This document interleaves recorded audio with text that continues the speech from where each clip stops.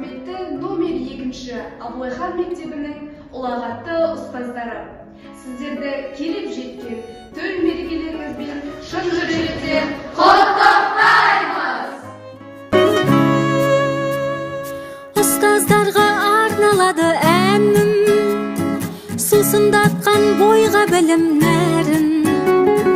Білім болмай әр адамда жаным, ұғалар ма бұл өмірдің мәнін? Өтпес үшін құр бекерге күнің, бізге керек тәрбие мен білім.